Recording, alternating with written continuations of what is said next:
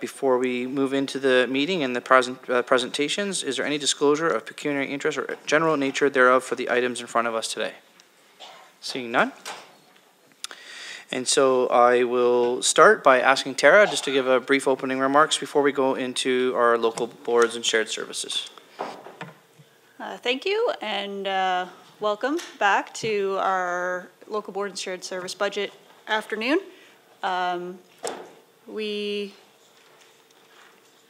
Just to bring you up to speed again, as a reminder, today we are hearing the presentations of our local boards and shared services, and again, we'll be back on November 22nd for public delegations, and finally on December 5th for final approval.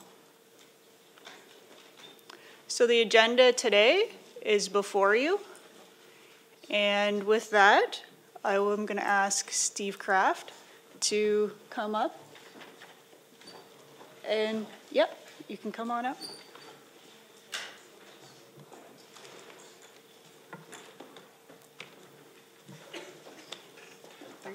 Can you give a seat for Dan maybe too?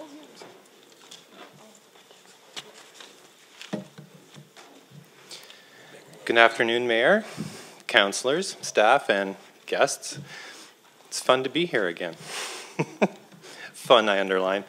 I've got my colleague with me here, Dan Atkins, our Director of Operations. He's probably the most important person to remember, or he thinks he is. And so if there's any questions that I can't answer, then we'll refer them to Dan.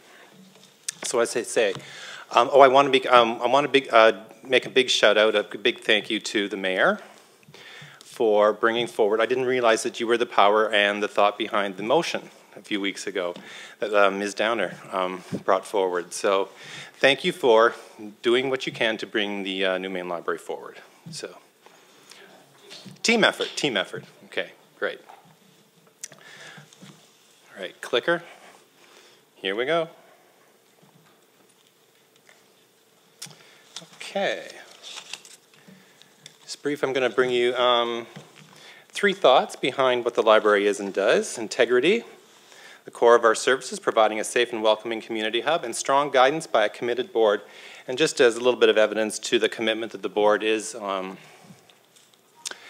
has. I mean, we're bringing forward a strategic plan. Hopefully it will be finished in the next few months, and it will give you sort of an idea of what the library has planned in terms of products and services, partnerships that we're making in the next 5 years as we move towards that new main library.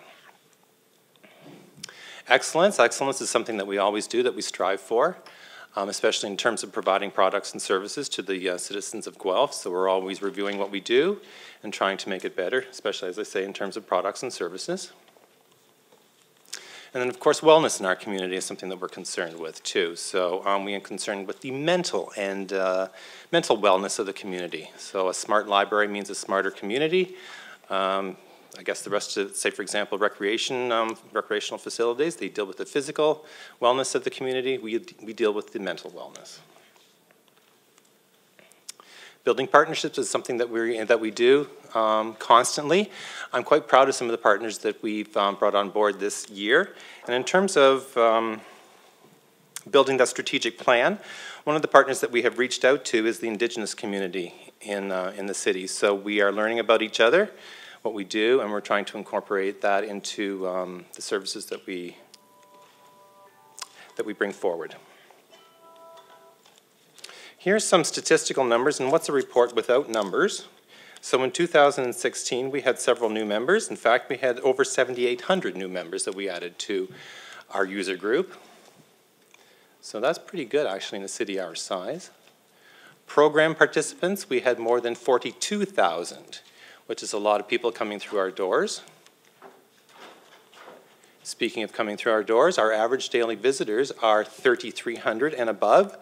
Especially in the main library. I think if on a Monday or Tuesday morning you see how crowded it is, you'll have an understanding of what that number really means. And this is a number that I'm actually proud of. Items borrowed, 2.3 million and rising. You would think at some point that those numbers would plateau, but they don't. They do keep going up. They don't go up as quickly as they used to, say 10 or 15 years ago, but they are certainly going up. We have a strong user group in the city, and we need to support that user group. Now, some things that I'm going to brag about in terms of this year, in 2017, what we did is we launched a new website. It looks completely different. It was reactive to what our users want, and it increased our site traffic by 22.5%, so that's substantial. A lot of people are using us more than ever. In fact, I think the old number was we used to have about 3,300 people just hitting the website alone. So extrapolate and increase that by 22.5%. So that's a lot of hits in one day. Something, again, that I was really proud of was the Born to Read partnership. This was our idea, but we brought together the Friends of the Library and the Guelph Hospital Foundation. If you aren't aware of what we do is the Friends of the Guelph Public Library gave us $10,000 to buy bags, board books, and information that the Hospital Foundation packages and gives out to newborns in the city. Okay, and if I have the number correct, it's about 1,600 newborns in the city. We've given out 670 packages so far, at least when this slide was produced. Okay, they also get a library card in that package, and they get 2 years of free fines, okay, fine-free days for 2 years for the newborn, which is quite exciting, and I've heard some thank yous about that around town. Also, this year, and I think the mayor was at the launch of this, if I remember correctly, was the Rosa Rattray Early Literacy Fund, a fund established by the Rattray family in memory of their grandmother and great-grandmother. They're encouraging everyone to donate to this literacy fund, and we will purchase early literacy stations for children. There are early literacy stations in each branch, but we need more because they're so popular and they get heavy use, and there's a tendency for them to break down. They're fairly expensive to replace, anywhere from $3,000 to $4,000, but we've had a lot of attention to this fund, and especially in the past couple months when we launched our Direct Ask campaign, because we were asking people to contribute directly to this fund. So I think at this point, off the record, in a public format, we can probably afford maybe two more stations for the branches, which is quite exciting. So, yeah, exactly. Off the record in a public format, says Steve. Okay, and I'm going to go a little bit braggedy about this one too, is the solar eclipse sunglasses. This was an idea that I had stolen from one of the conferences that I've been to this past summer. NASA was giving out the free solar eclipse glasses, so I thought, why not do that in this community too? And of course, if you were reading your CBC reports, you'd remember that those 1,000 glasses that we ordered and bought were gone in one day. So we couldn't have got any better free publicity than that. And I think some of the neighboring libraries were angry at us because their customers thought that they were giving them away too, but no, it was just in Guelph. So we're unique and special. Let's just end the story there. Okay, we're getting to the good part here, the part that you really want to know about. So, the majority of library resources are available to everyone, as we know. No user fees, thanks to you, our city council. This is just a breakdown of what the of how the fees break out, okay, in terms of city services versus shared services. We are 3.9% of the shared services portion of the city budget. Library funding. This is the point I wanted to make on this particular screen here. Obviously, you know what the population of the city is, but we used to be a small library. We are now a large urban library, just as you are growing into a large urban city, okay? And we need to support the users in a large urban city, and they have certain expectations. They're not as simple as they used to be. In fact, they're quite complicated, so that's why our budget reflects that. In 2017, we asked for $8.8 million.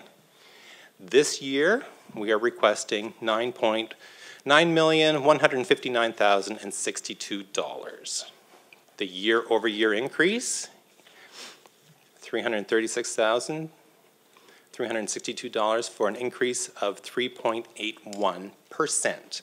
And I will explain a little bit of why we got to that figure. Tax supported is $9,159,062. We also collect some user fees, and by user fees, that's fines, room rentals, printing, and a little bit of parking. We also receive an annual grant from the city, or from the city, an annual grant from the province of $167,700. So our total budget for 2018 will be $9,708,862.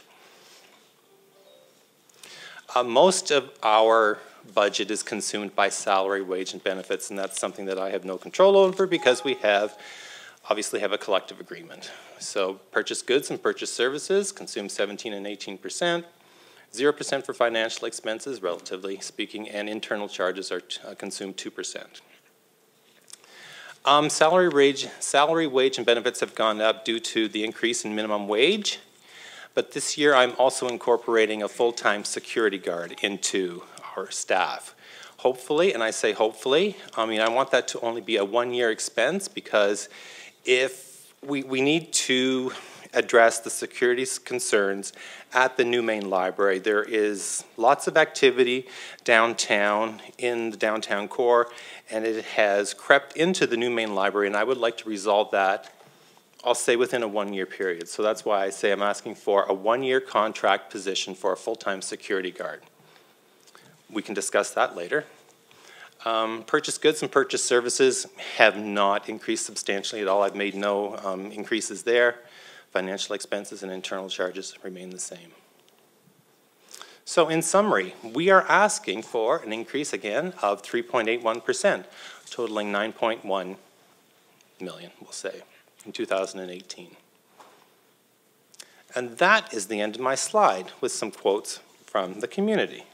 So I will turn it back to you, Mayor, and you can take it from there. Great. Well, thank you very much for your presentation. And Councillor Alt has the first question. Thank you very much, Mr. Kraft, for your presentation off the record and in a public forum. Exactly. I think, that's the way to do it. The efforts of the library, especially the distribution of safety glasses, has clearly eclipsed what you were supposed to be doing. I have two significant questions. One of them is with regards to expenses, and you identified $236,800 in wage increases or compensation. Of that, $64,000 you said is because of the impact of minimum wage. I'm just trying to get my head around that because that's more than 25% of your wage increase. What percentage of your staff is actually employed at approximately the current minimum wage or is going to be affected by the new minimum wage? Do we have a percentage? Through you, Mayor, to the councillor, estimate about a third. We use the part-time staff that is affected are usually high school students. They reshelve material. So I can think of in the main branch, for example, we maybe have 15 students on the main floor in the adult department, maybe 6 to 8 on the second floor, and then there's obviously pages that put material away at the branches too. So it's a substantial number. So. Okay, fine. I have no problem with that. I think, frankly, it's a heck of a good entry-level job for students. The other question relates to the security guard, and it's actually, I'm not even certain it's a question for you more than it is for the city, because I think we're also talking about a security guard that is going to be doing double duty between the city hall and the library and elsewhere. And I'm just trying to get my head around that, whether we need one plus a portion, or is it just one, or what's going on there? Through you, Mayor, to the councillor, I'll take a stab at this, and then someone else can jump in if you'd like to. I mean, we do intend to coordinate with the city in terms of training. We want the same level of experience and training, that kind of thing. But I would be adamant in fighting for one specifically for the main library, because ours is an older facility. It doesn't have, can I say, safe zones like perhaps this building does. There's no place for the staff or even some of the customers to retreat to it when there is an emergency. Okay, I mean, I've had people walk right into my office. I mean, I try to have an open door policy, but that's the drawback to having an open door policy, because people do just walk right in. And in one instance, there was an individual whose behavior was questionable. Okay.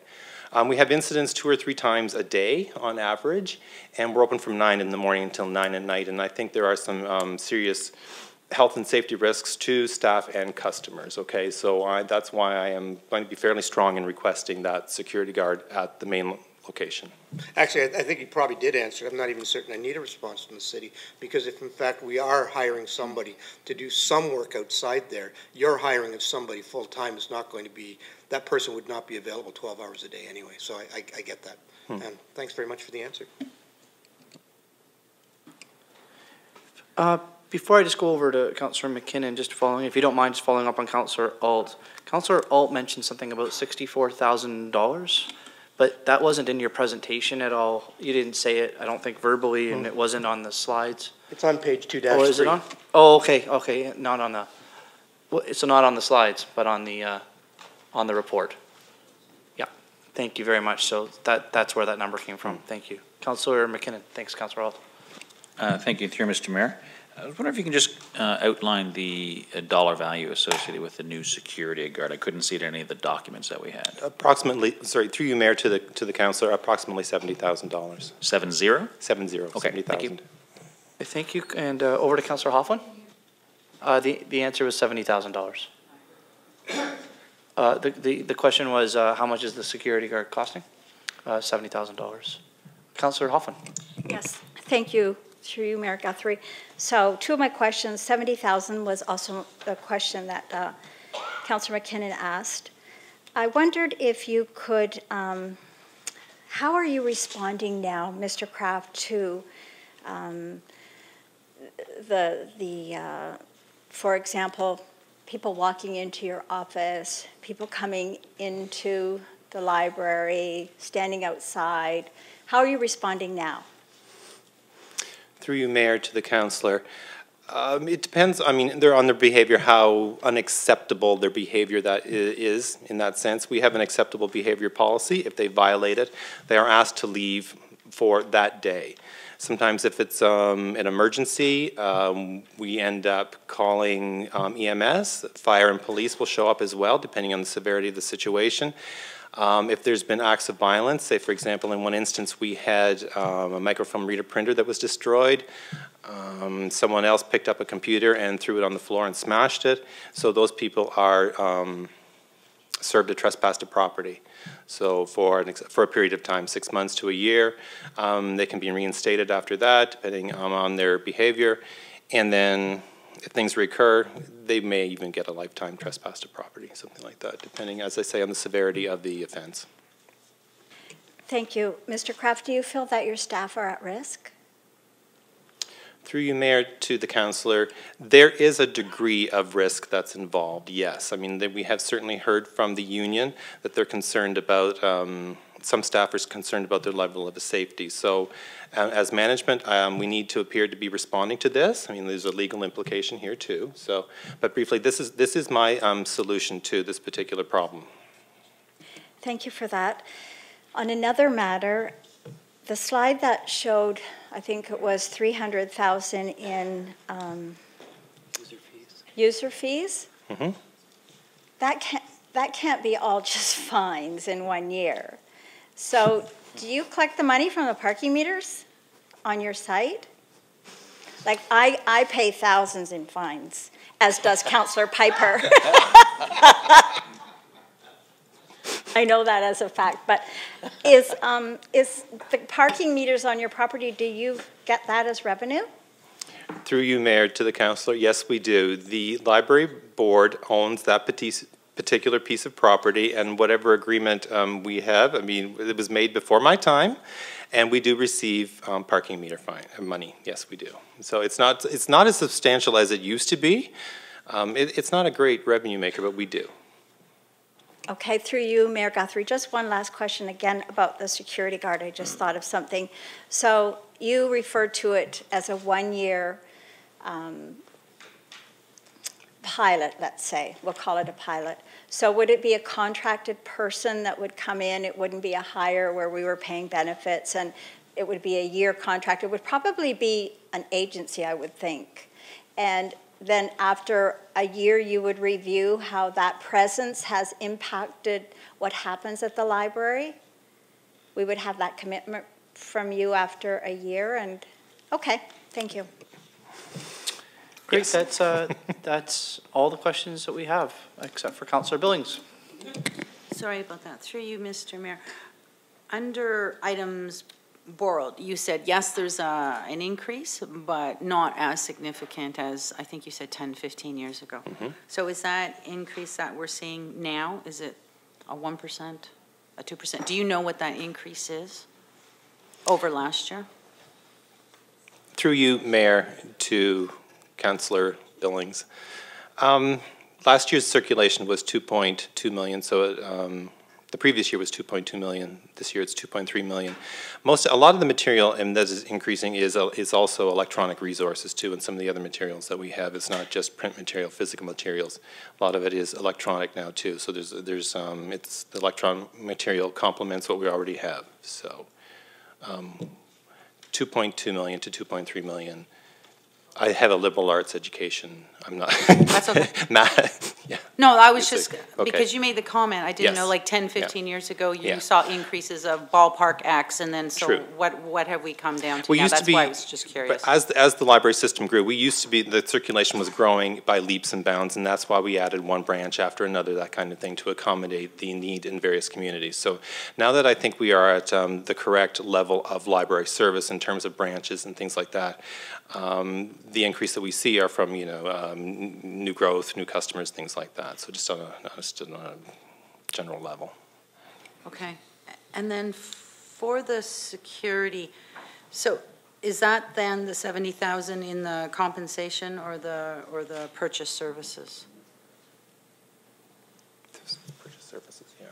Through you, Mayor, to the council, I was just hesitating there. It's in purchase services. Okay, thanks.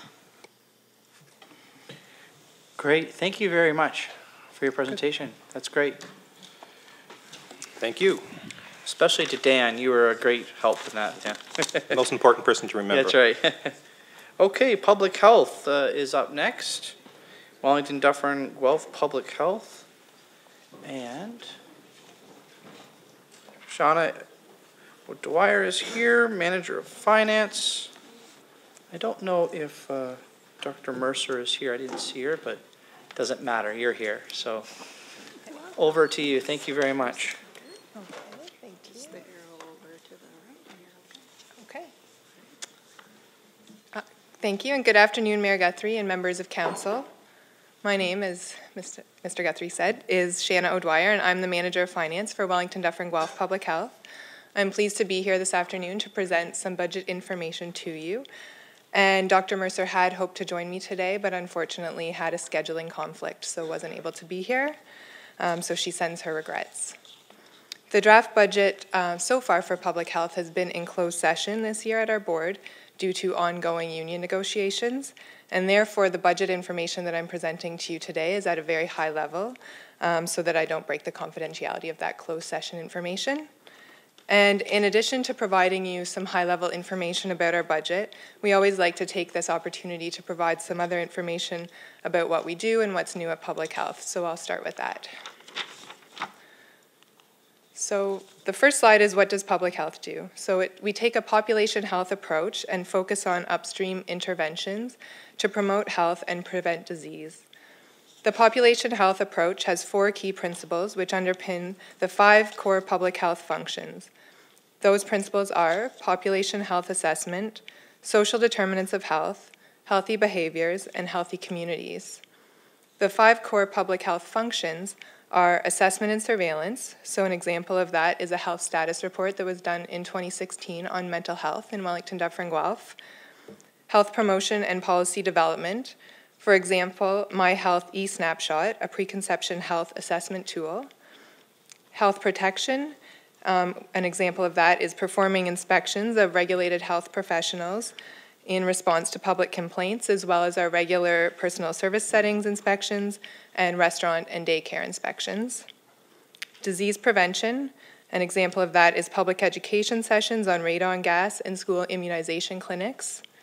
And emergency preparedness, which is we're required to create and maintain an emergency response plan that ensures a timely, integrated, safe, and effective response to and recovery from emergencies with public health impacts, including municipal emergencies. So this is not showing very well on the overhead, but the funding sources for public health are fairly complex. We have the top row in this slide is the funders, and the agency has a complex funding model that includes 3 municipal governments, 2 provincial ministries, 1 federal government department, and several community partners. The second row on this slide are the funds. So the province provides funding on a cost-shared basis with the municipalities for cost-shared mandatory and related programs. These programs address most of the requirements in the Ontario Standards for Public Health Programs and Services, and this fund represents 79% of the overall agency budget, so that's the far left box. In addition to the cost-shared fund, there are other 100% Ministry of Health and Long-Term Care pots of funding for specific positions and programs, which also address requirements in the standards. For example, Healthy Smiles Ontario and Smoke Free Ontario. The Ministry of Children and Youth Services funds 2 programs, Healthy Babies, Healthy Children, which does address requirements in the standards as well, and Preschool Speech and Language, which funds some work at Wellington Dufferin Guelph Public Health, but is mostly a flow through to other agencies that deliver speech language services in the communities throughout Wellington Dufferin Guelph. The funding from the Public Health Agency of Canada and other community partners is used for specific projects or purposes which align and build upon the work that public health is required to do. And all of the programs funded by various sources feed into the overall agency budget. So this is the 2018 total agency budgeted funding.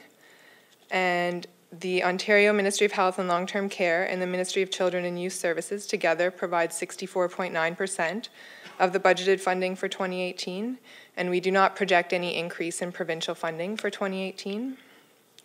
Our municipal partners, the City of Guelph, County of Wellington, and County of Dufferin, together provide 32.3% of the funding for 2018, and other funders, including the Public Health Agency of Canada and other community partners, are budgeted to provide the remaining 2.8% of the funding.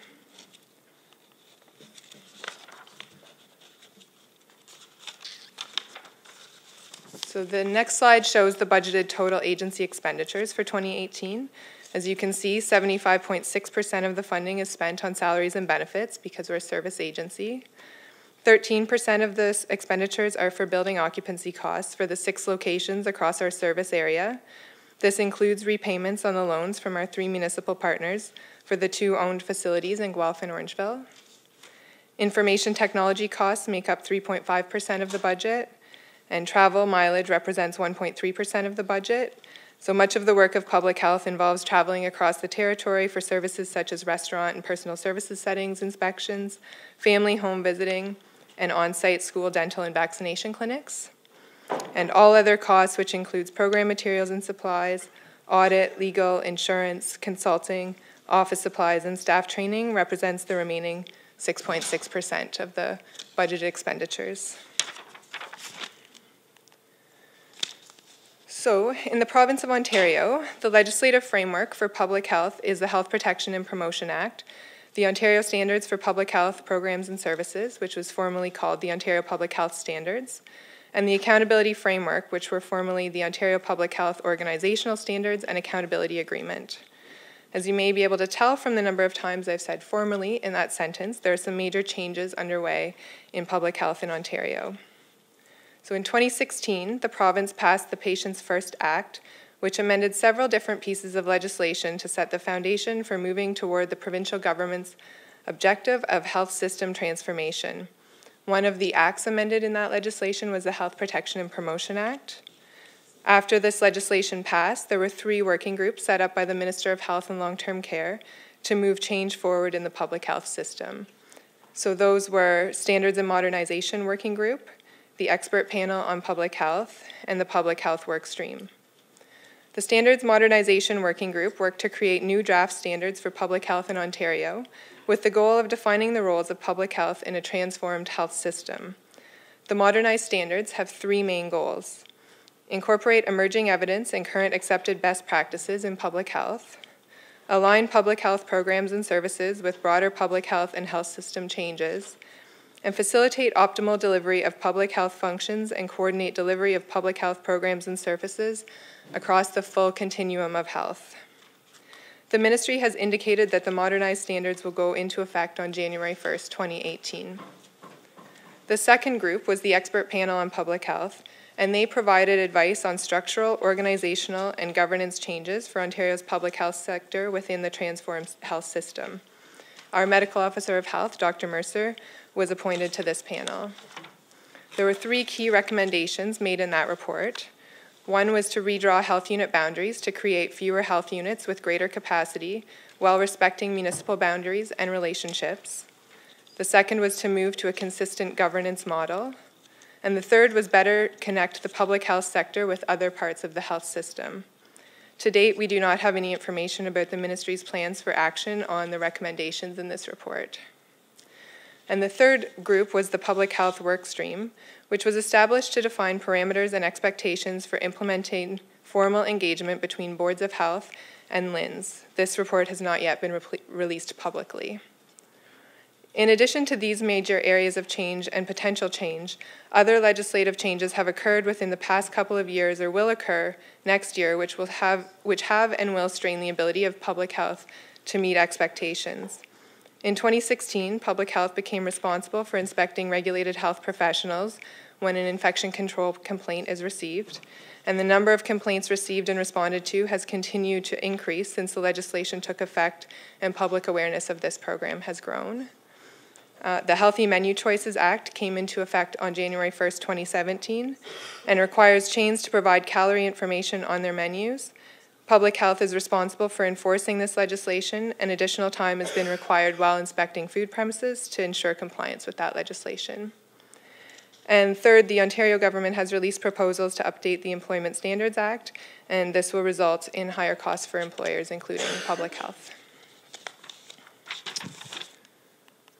So the next slide is the Wellington Dufferin Guelph Public Health Territory, which is a large geographic area, 4,140 square kilometers, and the population is spread out across this area. So our larger population areas are the City of Guelph, Centre Wellington, and Orangeville, but there are also smaller areas such as Shelburne in Dufferin County that are seeing significant population growth. The 3 municipal partners contribute to the municipal portion of the health unit's budget based on the proportion of the total population of Wellington, Dufferin, Guelph that their municipality comprises. In recent corporate memory, the source of the population figures has been the Statistics Canada census. This year, it came to our attention that both the regulations under the HPPA and the 1997 funding agreement among the 3 municipalities referenced a different source of population figures, the MPAC Ontario Population Report. Your staff brought forward a report to the Committee of the Whole to outline the problems associated with that source of information and to recommend continuing to use the Statistics Canada census as the source of population information going forward. The counties of Wellington and Dufferin are following a similar process. So we've therefore used the Statistics Canada census as the basis for the 2018 municipal cost apportionment, and we've used the 2016 census because that information became available in February. Although all 3 municipalities saw population growth between 2011 and 2016, the City of Guelph and County of Dufferin grew at a greater rate than the County of Wellington did. The City of Guelph's proportion of the population of Wellington, Dufferin, Guelph increased from 45.9% to 46.3%, a 0.45% increase, or 10,106 more people, which means that the proportion of the municipal funding for public health that the city pays will also go from 45.9% to 46.3%. So in summary, the health unit budget is in closed session due to ongoing union negotiations. We're budgeting for a 0% funding increase from the province. The 2018 budget is still in draft, as we have not yet received the 2017 provincial funding approval, which actually that bullet point is no longer valid as of 12:35 p.m. today. So we did actually get our 2017 funding approval. We haven't had a chance to analyze that yet, but it looks like there's no surprises. And the budgeted amount of funding from the city for 2018 has been shared with your treasurer already for planning purposes. Are there any questions? Thank you very much, Councillor Wetstein. Thank Thank you, Mr. Mayor. Yeah, just one. You indicated earlier that your expectation is that the province is not going to increase funding in 2018. That's correct. Well, you may not know until next November. Secondly, if I understood you correctly, you also indicated that they are expecting you to increase services. That's correct. So who pays for that? So we have a couple of, well, the municipalities we've continued to project funding increases from, and the we have a new system called program budgeting and marginal analysis that we're using to analyze the services that we do provide and to prioritize those. Okay, I think I understand that, but I guess fundamentally, if the province is 57% roughly of the pie, then we're going to have to pick up the 55% or the 57%, we the counties and ourselves, that 57% for any increase that the province mandates that we have to deliver. Is that accurate? That would be fair, I think. Wouldn't be fair, but would be accurate. Thank you. That's right, you're right, exactly, yes. I'm sorry, and that is it. Okay, thank you very much. Thank you very much. Thank you. Thanks, Tara.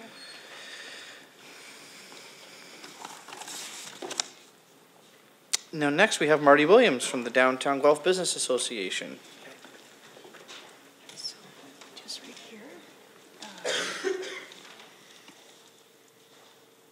Just the clicker is that to move over. Okay, There you go. thanks.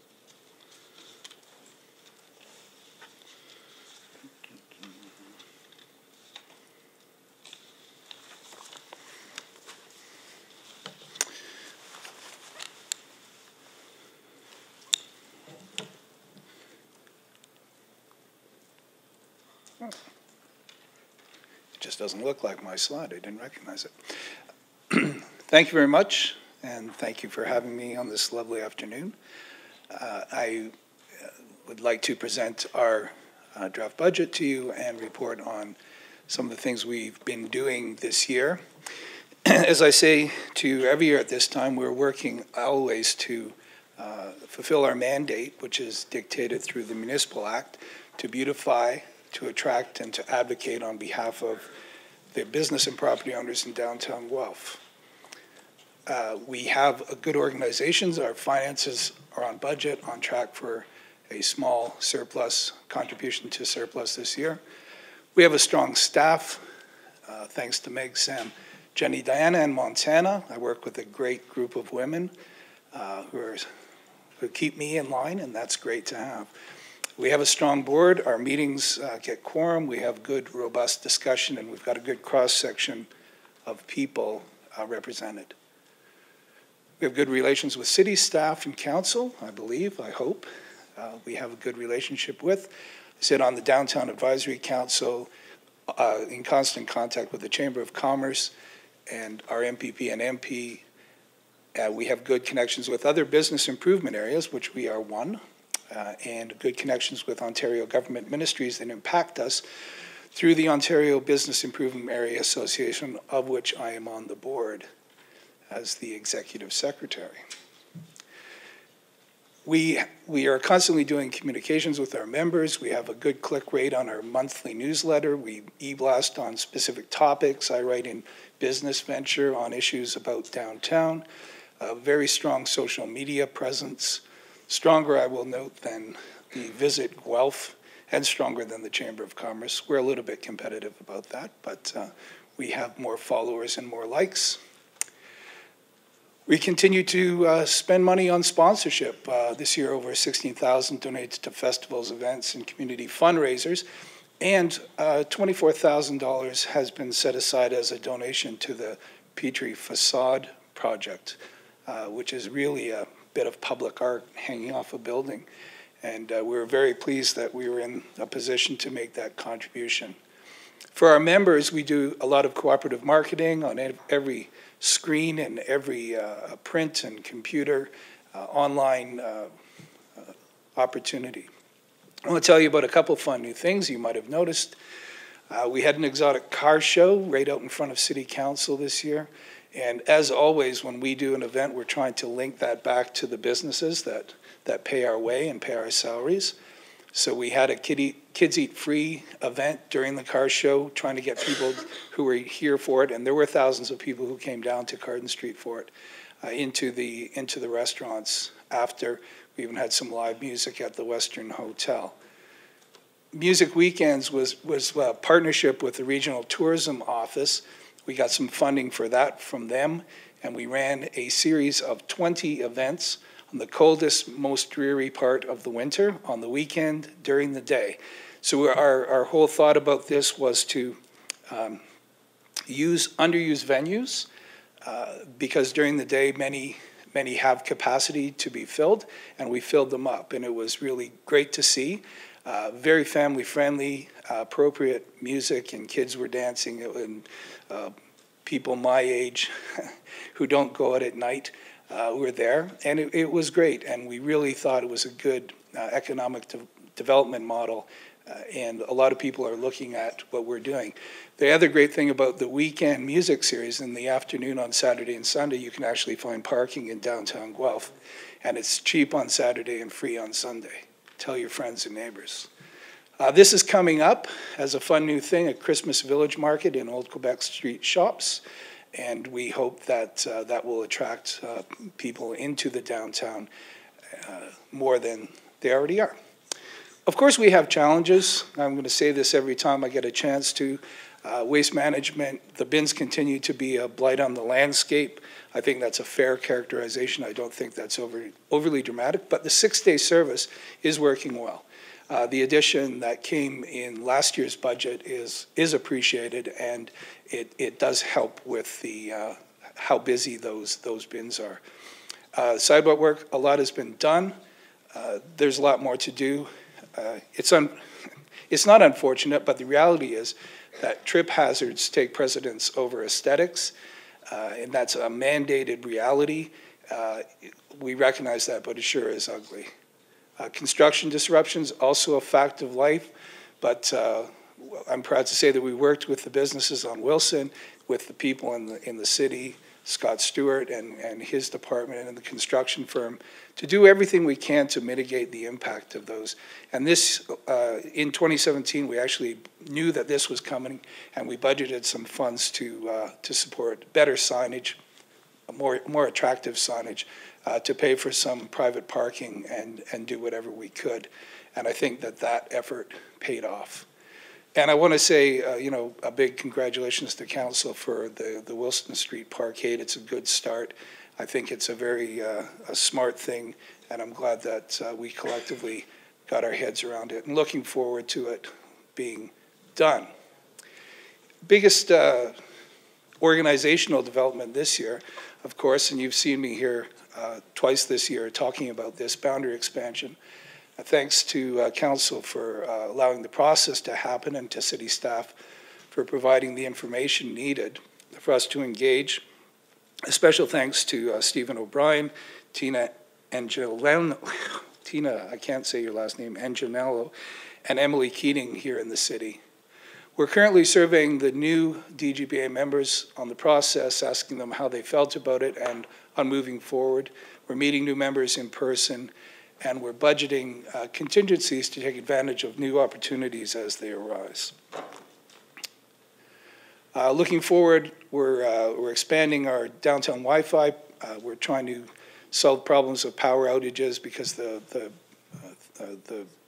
antennas are on some street lights that sometimes the power goes off. Working on making pedestrian counts easier to get that information out for business attraction, and working with lots of people here in City Hall and the university and anywhere we can with OBIA, the Ontario Business Improvement Area Association, also to track transactional data on as an aggregated trend. Council will recall that when we talked about parking management systems in downtown, one of the things that we agreed on and that you mandated was that we would understand better what is actually going on with the economy in downtown Guelph. It seems the only way we're going to get a really good handle on that and make the appropriate decisions is to get some transactional data.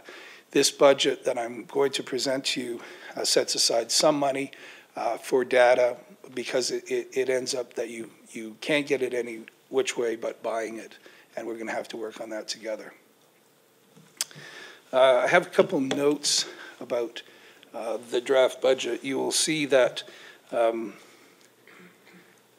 where we get that number from, $605,000, is we worked on the premise that the existing rate be applied across the new DGBA boundary. So current members will see no increase. That's all about growth. And I know that you understand how that works with your own budget, with the city's budget. Some of the large category increases are entirely due to having to cover more physical territory. Benches, bike racks, banners, flowers have to go further than they currently do. We also need to brand the new area better with such things that we're looking into, such things as cross-street banners and directional signage that ties the area together. We do need more people power, especially in the first year, to deliver services, to work with new members on what we might do for them, but there is no new full-time continuing positions in this budget. We have put some money in, more money in contingency funds so that we may respond to new ideas and initiatives as they arise, but most of the ongoing programs and administrative overhead remain flat. The good thing about what we do as an organization is that the board can tweak categories within this budget as we move forward, so it is not entirely set in stone. The only thing they can't tweak, and the thing that council is responsible for, is the top line number, and that is consistent. So to take you through it, we're asking for a tax levy of $605,000. We'll have a total income, and the details of this have been circulated to you. I know that you have those. A total income from all sources of $684,750, and it breaks down this way. Payroll, as I said, we need some more boots on the ground to deliver some of these services and find these things out, but no new positions. Payroll is going up slightly. Marketing and promotion is going up. Events are basically held steady. Revitalization, the thing I mentioned, revitalization is park benches and bike racks and all those other things, streetscaping. So that's going up quite a bit. General and admin is fairly flat, and the other includes contingency, and that's what I mentioned before, that we're plugging money into that so that we have the ability to respond. So it is a total income, total expenses, net income, which sounds funny. The language of net income sounds funny for an organization like ours, but it's really contribution to surplus. This language is the auditor's language, and that's why we present it this way. But that $29,000 of that says net income up here allows us to put some money away for some bigger projects, some partnerships with the city on some other things that may come up in the future. It was what allowed us to contribute $200,000 to the Market Square project, for instance. So we're trying to build that back up because we want to be good partners. And that is in fact that, except I'm using this opportunity to promote the fact that the Community Santa Claus Parade is on this Sunday. Forecast is for light snow and just below freezing. Could be perfect. Well, thank you very much, Marty. And, okay, Councillor Gordon has a question. Thank you, through you, Mr. Mayor. Thanks for that presentation. We're always grateful for the ongoing partnership. You mentioned the ongoing blight of the garbage bins and waste bins downtown, and you mentioned that the 6 days a week is helping.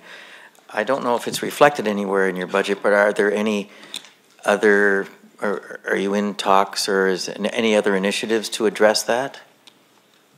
Well, as you know, the solid waste review, I'm sorry, through you, Mr. Mayor, to the councillor, the solid waste review, and we have been talking to them, and we have met with them.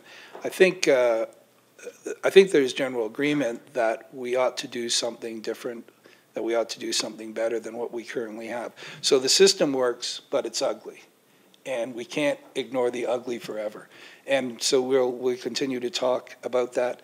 I think there's a real opportunity as some of the major streets in downtown get redeveloped, as is in the capital plan in the next while, that we look at some solutions that will be better than what we have. But I raise it every year just because I say it's still on our minds. We haven't given up on the idea of letting it go. When you see things like how beautiful Carden Street is in front of Market Square, the new development on Wilson Street, and you see the effects of having a streetscape manual for downtown, this seems to fly completely in the face of that. This seems to just go, this is lovely, this is an area we can be proud of, and then we plunk these things down on top of it. It's inconsistent, and it will be in our focus for a while. Thank you. And Councillor Salisbury. Thank you, Mr. Mayor. Through to you, Marty. I had an opportunity to chat with a constituent about garbage cans downtown at the Breezy Corners breakfast, thanks to Councillor Gibson and all. Excellent venue. Gibson? Sorry, Gibson, Gordon. I'm sure he'd like to be there, but... You say potato, I say potato. Yeah. Anyways, the constituent was talking about the garbage, and I was just going to ask you a couple of additional questions on that. The existing bins that are downtown for general usage. Two questions. One, are they for general usage, or are they for the shopkeepers to use as garbage receptacles? And the second is, what is the method of collection? Are we collecting those with our residential tipping arm? Through the mayor to you, Councillor. Yes, they're being collected. There's only, my understanding, there's only one kind of truck that has the automated arms, and they work both for residential, because there are some residential-looking bins in the downtown that individual businesses use. They wheel them out, they wheel them back. I'm talking about the larger round, yeah, it's the same ones. So it picks up both kinds. Okay. One kind of truck picks up both kinds, and they are for general use. So a business can either have their own and have them on their own, store them on their own property and wheel them out for pickup and then wheel them back, or they can use the bins that are there for general use in that stream. And so this, I'm probably answering my own question with that information. I've often thought about downtown garbage collection as you know, the opportunity to utilize the silo garbage bins, which go quite deep underground, but that would require specialized vehicles. I take it that's why we haven't gone in that direction. We're looking at having a system that meshes with our existing collection facility. Yes, and through you, Mr. Mayor, to the councillor, when this was first proposed, we suggested that the system downtown was unique, and this was going to be problematic and should probably stay with the bag system, and to keep a few of the old kind of sorting trucks that may be used in other places that are problematic, multi-unit places where the automated bins don't work because there is no storage for them. But that suggestion was not taken. When I mentioned before about the redevelopment of Wyndham Street and the opportunity that would present, because I think the underground part, the silo part, be enormously expensive to put in, and then you're going to go and rip up the street and sidewalks in a few years. So I think we have an opportunity moving forward when we redo the streets, but at this point we're living with it, but we want to keep bringing it up.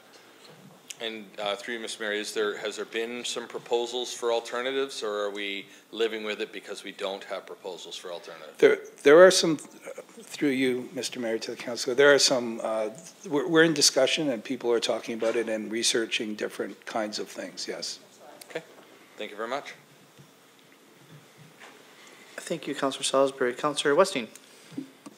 Thanks again, Mr. Mayor. Just on the contingencies, you've got the other number of 41, which includes contingencies. What is roughly the contingency factor? I assume it's part of, obviously, the 29,000 income or surplus. What portion of that is the contingency expense budget? It is not. It's in the details. Right. So just like roughly, even with the contingency, it will still leave that surplus of levy over expenses of 29,000.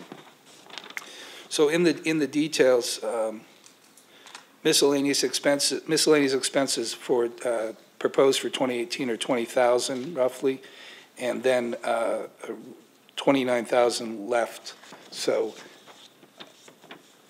I'm not sure if I'm answering your question. I thought I heard you say you're actually putting a contingency budget, a specific number. Is that the 20,000? Yes. Yeah, okay, thanks. Lastly is Councillor Alt. Thank you very much, Mayor Guthrie. Just a quick question, and it's with regards to the extended levy. There are a couple of things. First and foremost, have you any anecdotal information to give us on how, after a couple of months, even though I know it's not yet being collected, what the response from those who will be paying the levy is toward extended programming, the benefits that they would be expecting to receive, or has there been extended programming already? We have opened up any of the cooperative advertising opportunities and any of those things to people who will be in the area starting in 2018, and anything that we can do easily, we're doing already. But what we're doing systematically is polling people and finding out what we can do, finding out if there are things in the new area that are so unlike what we have in the current area that they need a different kind of support, and find out what the issues are if they're different out there. So we're doing whatever we can right now. We're talking to people right now. I think there will be an opportunity I believe that we're going to have a vacancy on our board at the beginning of 2018. We normally don't, we have a board, our board turns over with City Council. So I think we'll have an opportunity to recruit somebody from the new area to get on board before November of 2018. So we're looking at every which way we can to listen to people and understand better how we can help and what services we can provide. Fabulous. Well, I noticed that you said that you would be doing a survey of the members in the new year. I was wondering when we might be able to see the results of that, and maybe I missed it in your report. I would be, through you, Mr. Mayor, I'd be happy to share with you as soon as that's done. Great. I will circulate it to the clerk and to the councillors. And on a very positive note, thank you very much for the Santa Claus parade, and ho, ho, ho. Thank you again. You're welcome. Great. I think that is it. Just a wrap-up comment, and stay at the mic just in case I say something wrong, Marty. Surely not. The issue of garbage comes up obviously with Deputy Scott Stewart and myself. We meet quarterly with the Downtown Guelph Business Association with Marty here at City Hall. We just talked about it 3 or 4 weeks ago, I think it was, when you were in. And Marty's first response there to the question around garbage, which was correct, waiting for the service review to come to kind of an end next year at some point, and then looking at the other options. And Marty was correct that there already is underway options of looking at different type of containers. We actually talked about a few at the last meeting already. So I just wanted to give that update to council because there's questions around the horseshoe, rightly so, of kind of wondering about it because maybe they're hearing it for the first time. Yeah. But this is underway. It's not just popping up now. So yeah. Okay. Yep. Great. Thank you again, Marty. Thank you. So Don Drone, Chair of the Guelph Police Board, along with the Chief of Police, Jeff DeRuyter, is here. And you are next.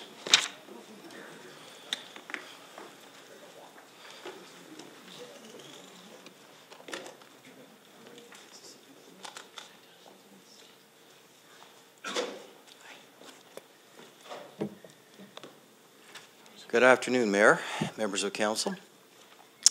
I'm here on behalf of the Board of Guelph Police Services, and I'm pleased to be here. My comments are going to be very preliminary. Substance of what's going to be said here today with respect to the budget is coming from our senior team, who the Chief will introduce in a couple of minutes. I wanted to cover off in some of my preliminary comments, though, some areas that some of you may be aware of and some perhaps not. As a board, we are a 5-member board. I am privileged to chair it. My appointment was by order in council of the province. Judy Sabara is the vice chair, also appointed through order in council of the province. Len Griffith is a community member appointed by this council and extended for another year, and we're appreciative of that. Christine Billings, the councillor who is on the board on behalf of the city, and of course the mayor. And so as a 5-member independent board, we have a role and a responsibility that is essentially tied up with the Police Services Act and other enabling legislation. And in that role, we obviously meet regularly, and we really do a number of things as a governance board. We have a significant number of policies which are inherent within the organization itself. And some of these have been determined by the Police Services Board, current and past. Some are those that come up during the course of a year with legislation that might be pending or changes to legislation, and that's something, again, that we deal with as you deal with through as a municipality. We also sign a number of agreements with community partners, certainly with the province and in some cases with the city. And we're largely responsible for a budget which you will see in an operating sense here this afternoon. I'm pleased to say that, and as you well know, that most budgets and anything that we've been involved with, either professionally or privately, involve human resources. And so that's as it should be. But I'm pleased to say as well that our collective agreements have been signed, and we have collective agreements with each of our employee groups that will extend through 2018. And that's said within about 10 seconds, but I can assure you it takes a long, long time in order to get to the opportunity to make that statement. So, and we stand in the province sort of midpoint in most municipalities across the province in that regard. The other role that we have is the role of advocacy.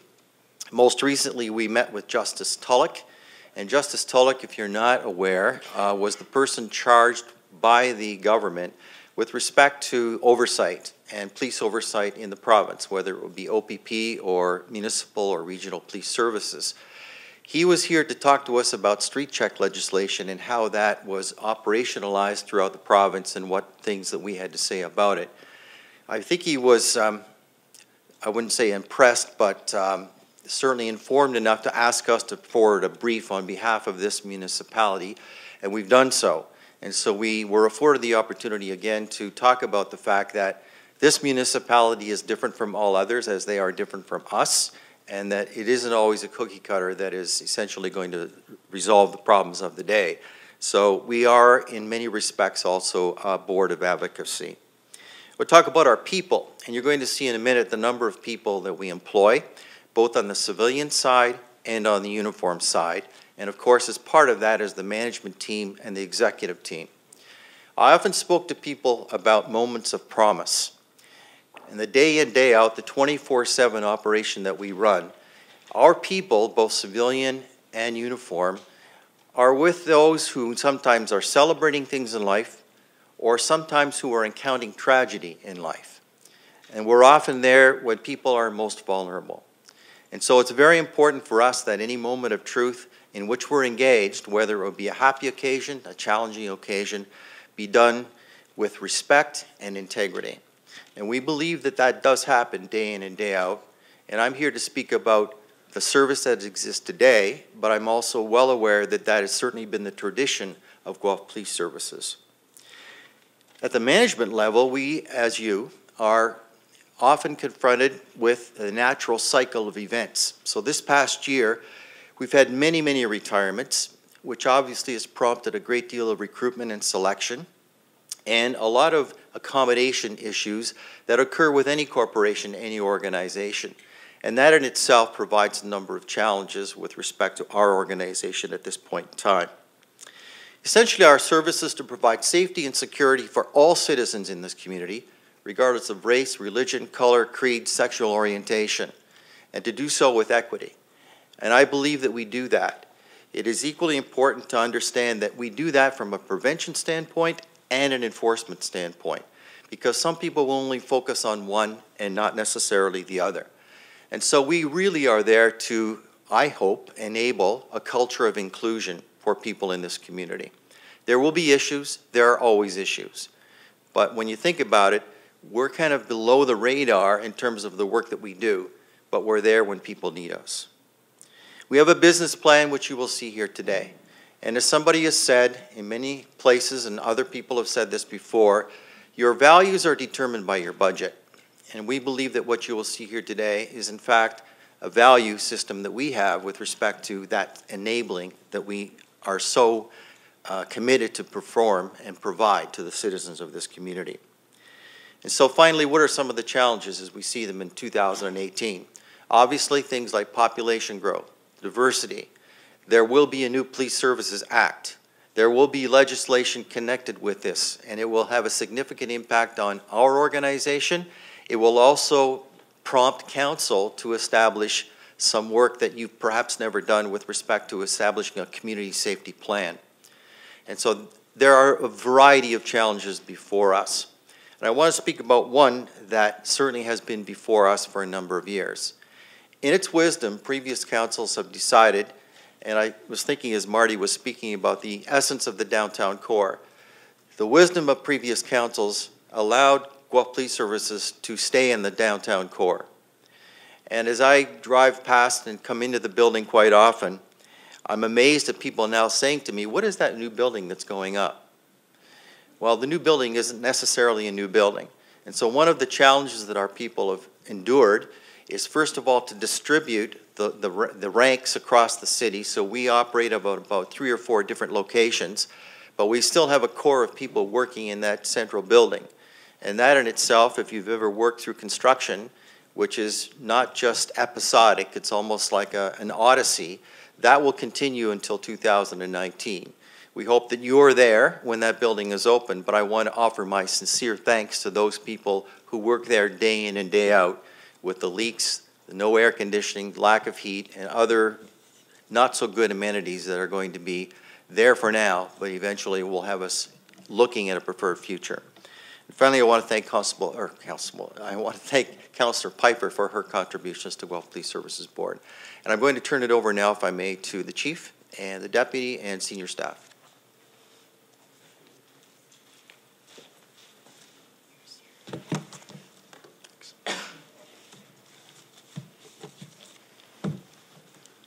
Good afternoon, Mayor Guthrie, councillors, city staff. Thanks for the opportunity to be here, and thanks to Chair Drone for his opening. I am pleased to be here, joined today by Deputy Chief Paul Martin and our finance staff as I lead you through the budget. Just to lead into the budget, I just, as we typically will do, is just to give an overview of our community and sort of what we do and how it dictates the work we do and our budget. So Chair Drone spoke about the Police Services Board, and certainly our commitment to the board and to council is accountability to our board, to council, and to our community, recognizing the trust that our community has in us to ensure that we have a safe community and do our part to that. And certainly we're take that very seriously, but do realize we can only be effective if the community trusts us and has confidence in the work that we do. A big part of that really is about relationships, and when I look at a visible police profile, it's not only visibility in and around the neighborhoods, but it is in the work we do. And I think of our school-based or youth-based programs, or from a leadership point of view, getting out in the community and developing relationships so that in fact does build on the trust that our communities have in us. We have a great opportunity in that to also develop relationships, and I'll talk later on some of the relationships and some of the benefits that come from that, including the city. New technologies is something that we continue to look for opportunities, and again, I'll go into some greater detail on that, as well as that we have taken an integrated approach, and whether it's with city partners or other agencies, and how we respond to crime and public order issues. And Chair Drone did speak of our staff, and I'm very proud of the professionalism and the hard work and 24/7 that our staff provide in community safety in our community. Some of the challenges that we do face as a response is a growing city, and we see in the south end, we see the east end, certainly intensification in our downtown, and look at the growth that's occurred over the last number of years and will continue to grow, and we need to obviously respond in that and certainly in the conversations that I've had with Marty, you know, the expectations in our downtown. We know we have increased traffic volume, and I quite regularly hear from both city councillors and community members and concerns, and certainly our goal is to take those, prioritize those, and respond. We have a number of community issues, and I've been very open in our community. Recently was here to talk about substance use in our community, mental health, poverty, homelessness. Those are issues that we at the front line end up dealing with and are greatly impacted by. Recruiting and staffing, and Chair Drone spoke of it, and certainly we've seen a significant number of retirees over the last number of years, including this year, and some staffing challenges that we have as it regards to accommodations. Our business plan, we are in the third year, we're entering the third year of our plan. It's the 2016 to 2018 plan, and the previous plan prior to that focused on some top community priorities, and you see the differences in the 2016 plan. And starting in 2018, we'll start our consultations and our work towards the 2019 to 2021 plan, and we'll ensure that there'll be community engagement and that we continue to meet the needs of our community. Spend a lot of time. This is just a high overview of our organizational chart.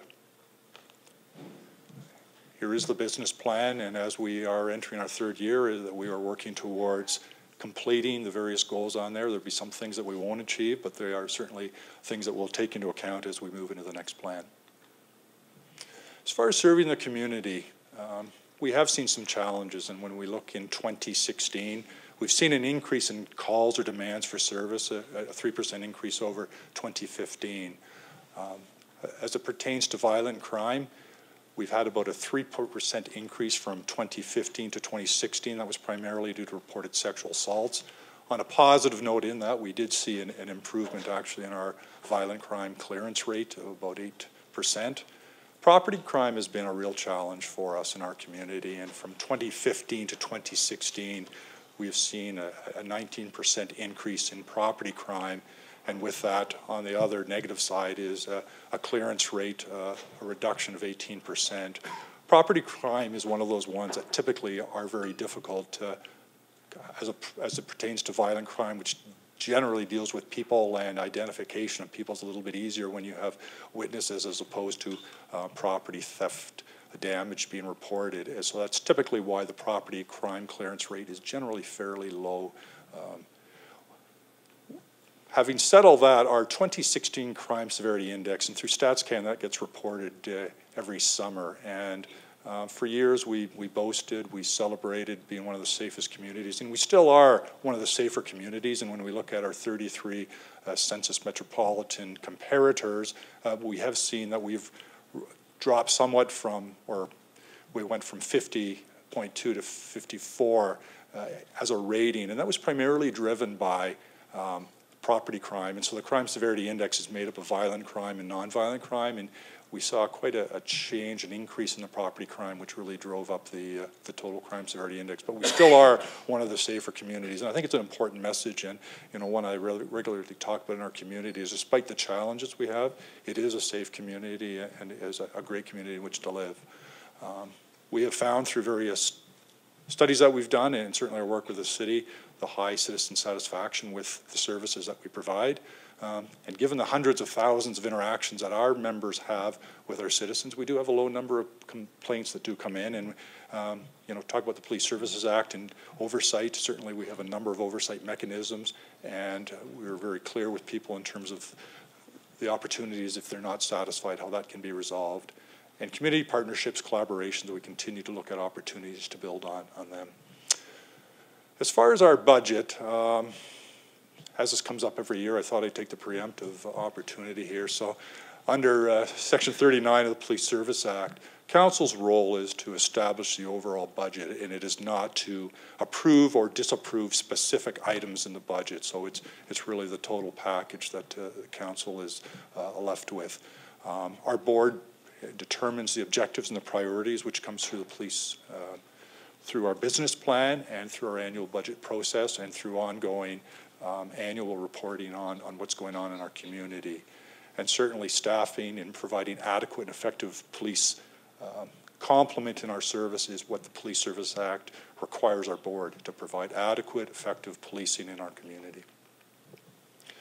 So as far as our business plan, certainly we look at our business plan to ensure that it matches our corporate goals, that it matches legislative requirements, policy requirements.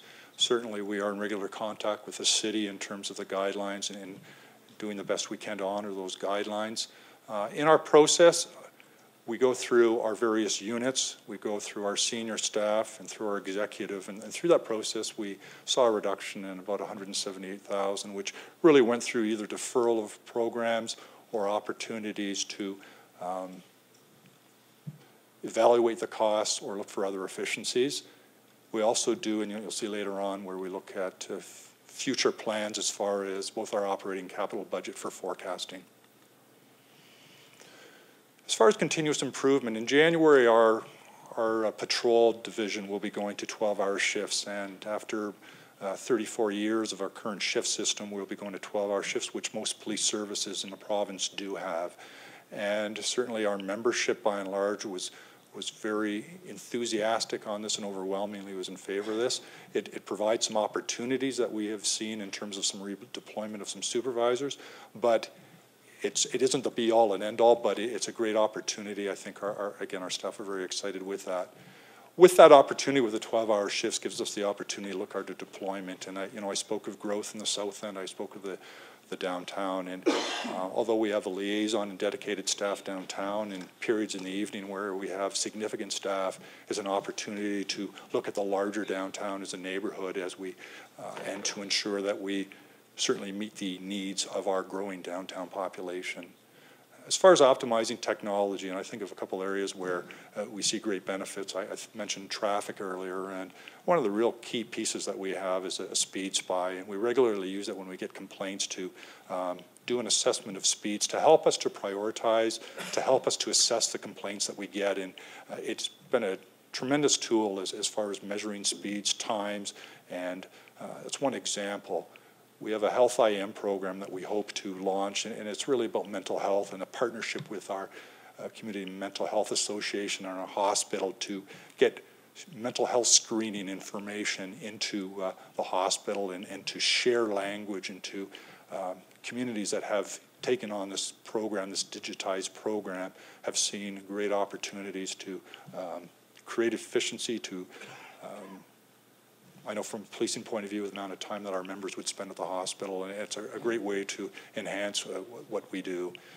Electronic disclosure is something we just launched in September through our Crown Attorney's Office, and it's really a reduction of paper, and it's certainly, we were proud of the pre-work that we did to get us such that the Ministry of the Attorney General was able to move us forward in the plan on that. As far as grants, we do look at all opportunities for grants, and there was an announcement last week which was the Police Effectiveness and Modernization Grant, and it replaced previous grants that we had. It is a part of this budget, but it was $920,000, which helps to pay for the cost of officers that we have as we look towards mental health and opportunities for additional training, and we know that mental health is a significant call for service that we get in our community on a daily basis, and the amount of calls that we get, it just continues to grow, despite the fact that we have some great partnerships, and we think of CMHA with our impact workers, and when we look at what that has done to take calls away, divert apprehensions, we have statistics that really show the value, and we're certainly proud of that partnership and really what it has done to the quality of life for individuals that are struggling. And we certainly continue to collaborate with other police agencies, and we are part of a group that deals with technology with our local services called PRIDE, and it goes back to the 80s, and it's the Police Regionalized Information Data Entry System, and it really allows us to collectively to move forward technology that would be very difficult for a service our size to do on our own. So here is our operating budget, and I won't you've had the opportunity to see this, but certainly looking at our net budget at the end, we're looking at a 3.01% increase. Very similar to previous years when we look at compensation. Salary and benefits make up about 90% of our operating budget, which is a challenge when it comes to some of our other direct operating expenses, but it is a reality and it's very similar to other police services around the province.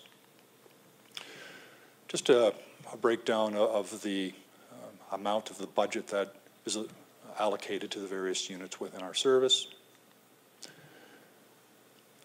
And so as far as our 2018 operating budget, why or how we got to where we are, collective bargaining agreement, and as Chair Drone said, we have an agreement in place with our two associations that take us through the end of 2018. That was as a result of an arbitrated settlement last year. We do see that through utilities and some of our vehicle-related costs, not vehicles per se, that's capital, but our vehicle-related costs as far as some of our parts, et cetera, we've seen an increase there. Partner contributions, and I mentioned Pride. Again, as we look at ensuring that we deal with disaster recovery, we've seen an increase in our partnership responsibilities to Pride. The biggest part of our budget relates to a request for 4 FTEs. And there's a number of reasons for this. So we went through a process where we looked at the amount of coverage that we had and where we had gaps due to leaves, and we looked at the budget aspect as it pertained to that, and 4 was the number that matched with that. We look at the health and well-being of our staff, and certainly concerned that when we see our overtime has gone up, and just the impact on the additional calls for service and the complexity of the calls we go on. We're seeing growth within our city. PTSD presumptive legislation came under the Supporting Ontario's First Responders. That came in April of 2016, and certainly I believe that we need to do more and ensure that our members are well in first response. But this has certainly had an impact on our service, and we've seen a significant increase in the amount of members that we have that are accommodated, that have made claims for PTSD, and that has impacted our staffing. Increasingly, we're seeing the time spent on calls and just the complexity of the calls that we get in our community. Our Safer Ontario Act, which was just announced a couple of weeks ago, does talk about proactive policing, and what we found between 2016 and so far year-to-date 2017, we're spending less time in proactive policing, and almost 21% of our less time in that, and that is a challenge, and I hear from city councillors on some of the concerns that residents have, but you know, policing typically, unfortunately, has been very reactive, and we prioritize how we go on calls, and the most significant calls end up getting the quickest response. As far as strategic initiatives, we continue to have initiatives, again, around e-disclosure, around how we respond to human trafficking, our work that we're doing with our drug strategy. So as far as our expansion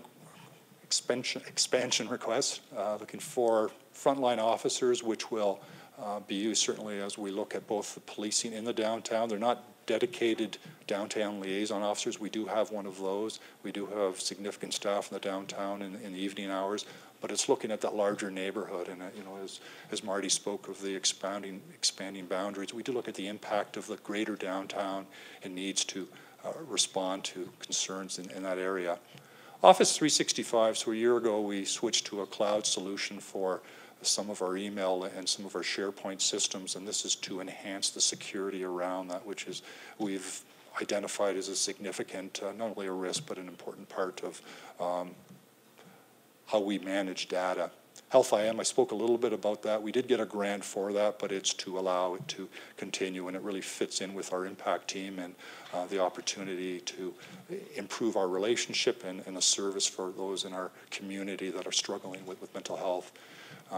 The business plan and website redesign show up on here. We've been able to fund them without being impacted in our budget, but I just put that on. Those are things that, again, there's a cost to our business plan process in terms of both consultants and the various engagement. Our website, although we revamped it some years ago, we've realized it's an opportunity to ensure that you know, we can measure how people look at our website, and I think there's an opportunity to realizing the changes in technology to improve the access and that people can get information there. Our disability management really fits in with some of the challenges around our human resource issues. And so currently we have a company that would assist us with our more complex non-occupational cases and claims that we have. And this is actually to put all of our non-occupational and our occupational in leave requests through this firm. Really the goal is to support our members, to ensure that their well-being, but also to look at a return to work and to get them back into the workplace and a recovery of their normal way of life to the best we can. Our Crest Dispatch, this was an opportunity that we had with the headquarters renovations to, and it's a partnership with the Guelph Fire Department to match the telephone equipment that we had at Crest with what we had in our dispatch console system at the station. And it's about business continuity and the ability to have a replacement system in Crest. Voice logging, it's enhanced coverage on our licensing agreement that we have for recording all the communications that go through our radios and our phones. And there are some impacts that come from our capital budget, mostly around some of the licensing and some around an additional vehicle and some of the associated costs around fuel, etc. As is requested, we have looked to the future and have shared this with city staff in terms of where we have been with the budget, where we anticipate we hope to be leading into 2020, both in terms of the budget and any FTE requests that we do have.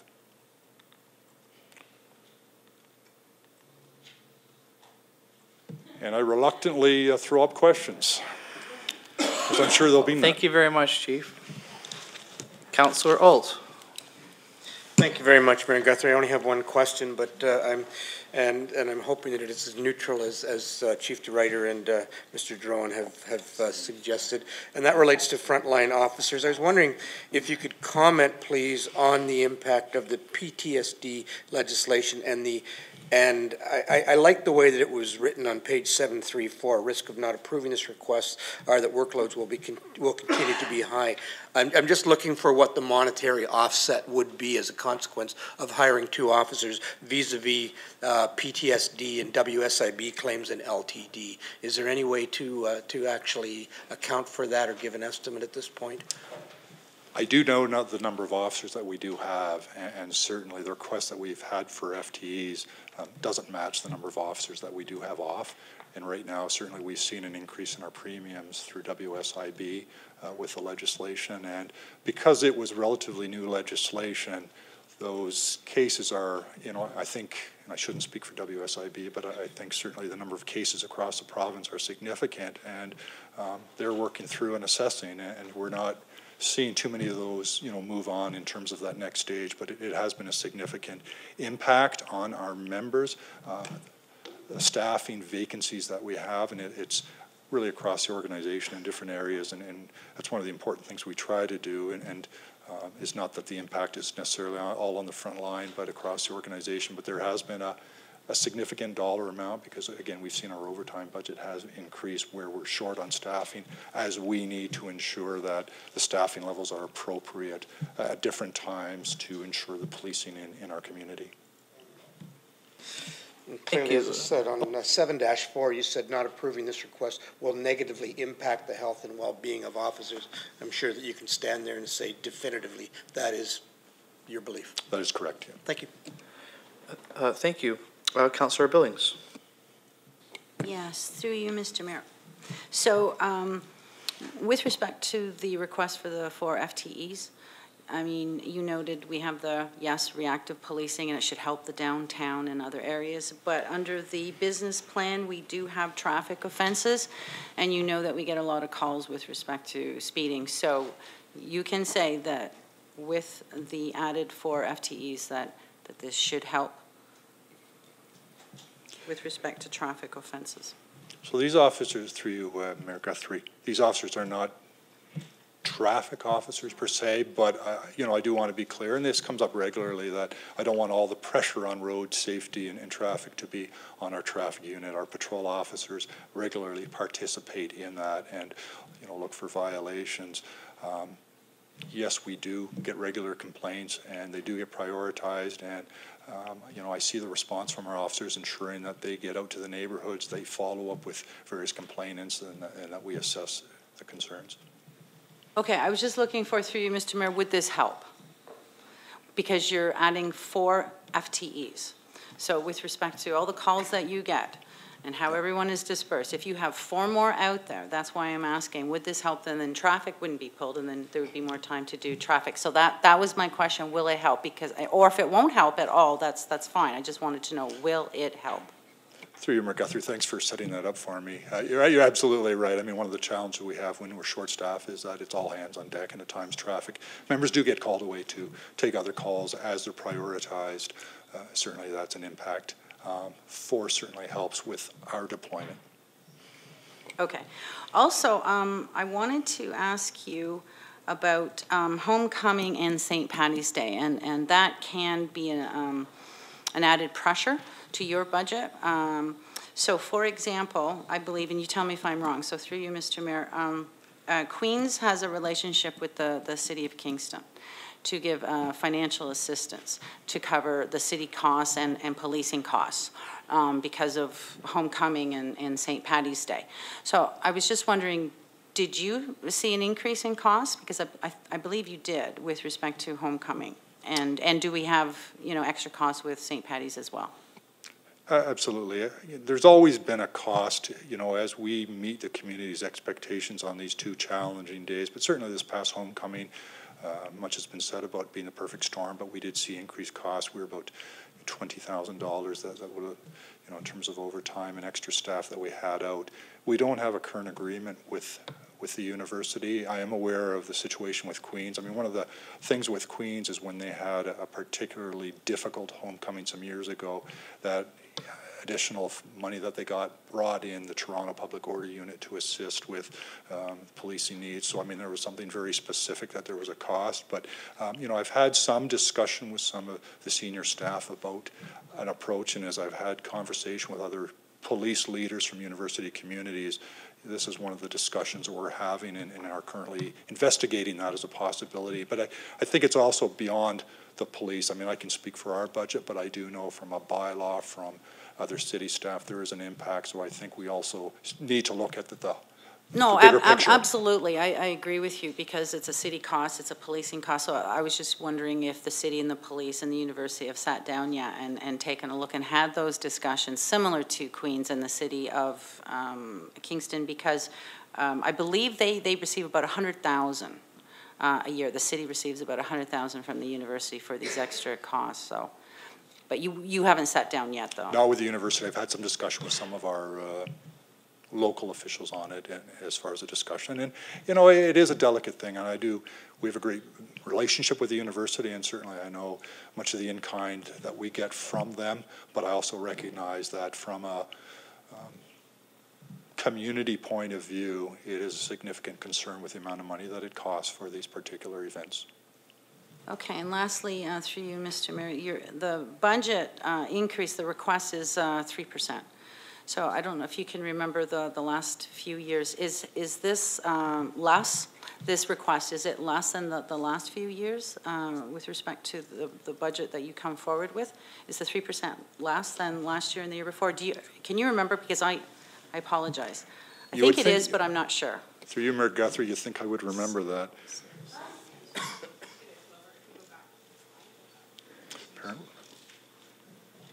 Apparently it's lower. 2016 we're at 3.4, 2017 3.19, 3.01, yeah, so it is less than the last couple of years. And I really do want to speak to, even with the FTEs, that we really did look. I mean, it's important to us to ensure that we're fiscally responsible in that. And, you know, when I look and said, you know, could we have come and asked for 10 officers, we recognize that to the community's point of view and the role that council has here, that's a challenge. So really trying to balance and trying to ensure both fiscal responsibility but also the ability to meet the needs that we have for providing adequate and effective policing. Thank you so much. I wanted you to highlight that because that slide went by way too fast before. So thank you for that. Thank you for that, Chief. I'll check if there's a zoom on it. Councillor Gordon. Thank you, Mr. Mayor, and thank you, Chief, for your report. As you know, Councillor Van Hellemond and myself hosted our town hall meeting last night, and we're very grateful that you sent along one of your very capable officers to address some of the community issues around crime, addictions. I think the two questions I'll ask are based on what I was hearing from the folks last night. They were, I think, excited about that line item we were just speaking about with the 4 extra officers. I wonder if you can define, for clarification, when it says that they are to be deployed in the downtown neighborhood, do you have the same definition of downtown as the Downtown Business Association does, or what? Or does it include the residential neighborhoods around the downtown? I think our way of viewing it, through you, Mayor Guthrie, is the larger downtown. We recognize, and when I look at calls for service, and I think, you know, going along the river and up beyond the exact borders of what people may traditionally think of as the downtown. So this is an opportunity when we redeploy in December, is to have officers dedicated to that greater downtown area to take calls in that area, and to it's a different sort of area, so it'll be an opportunity to be trained and to use bike patrols, foot patrols. Again, they're not downtown officers per se.